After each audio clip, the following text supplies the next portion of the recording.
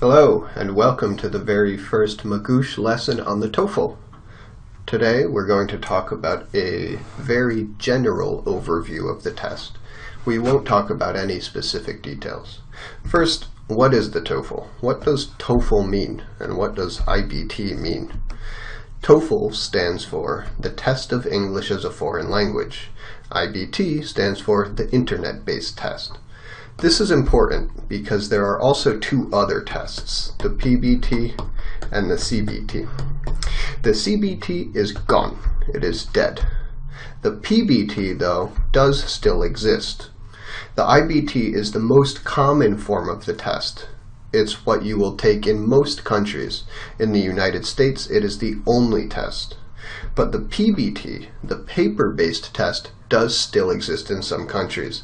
If you don't have access to the internet, then you can take the PBT instead of the iBT. But the PBT is a very different test. It has different sections, different strategies, and studying for the PBT is a little bit different from studying for the iBT.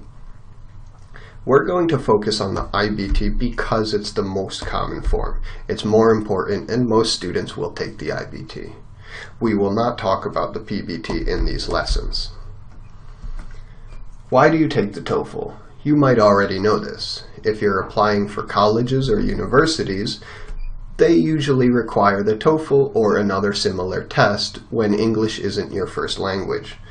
Sometimes it's not required. Sometimes you can take a different test, or if you have some experience with English education, maybe you went to high school at an English-speaking school or a college at an English-speaking college, then you might not need the test. Some universities, some programs have their own separate, different English test, and they don't want you to take the TOEFL.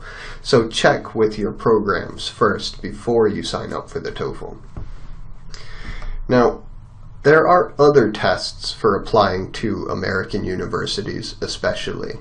The GRE, GMAT, LSAT, MCAT, SAT, ACT, these are all tests that include verbal sections. These include reading and writing and other English sections, but they are not for foreign speakers. They are for native speakers of English. So these are actually very difficult. The GRE, if you are studying for it, has some very difficult vocabulary. The GMAT, if you're studying for that, has some very difficult grammar.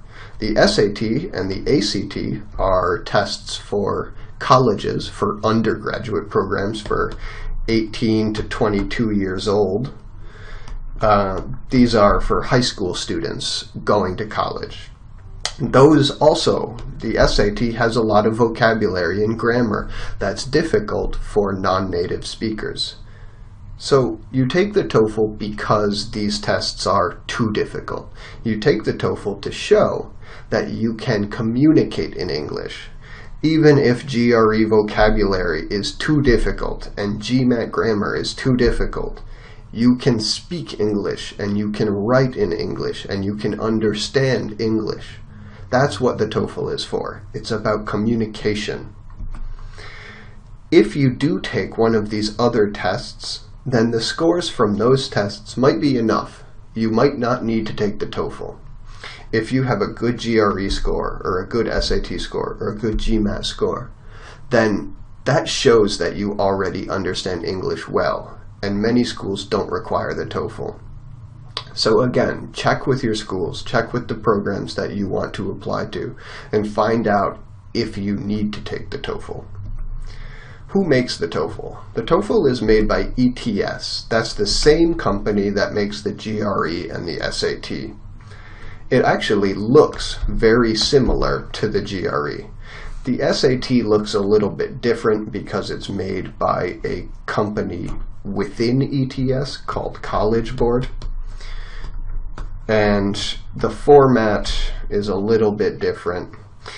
And in general, it's just a different kind of test. But the TOEFL and the GRE have a lot in common. They are both internet-based tests. They have a lot of similar formatting, a lot of similar styles. The TOEFL is given at very special, specific locations. You can't take the test anywhere. In many countries, there is only 1 or 2 places that you can take the TOEFL. You can find out where to take the test at this website. There's a list that shows which locations are available in each country and in each state within America. What does the TOEFL test? This is just a very, very general idea. The TOEFL is about English in use.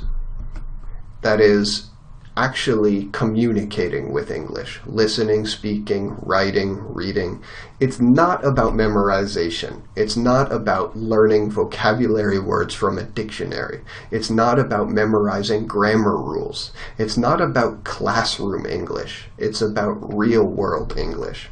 There are 4 skills there: reading, listening, speaking, and writing. As I said, these are communication skills. There's no grammar section, and it's all academic English.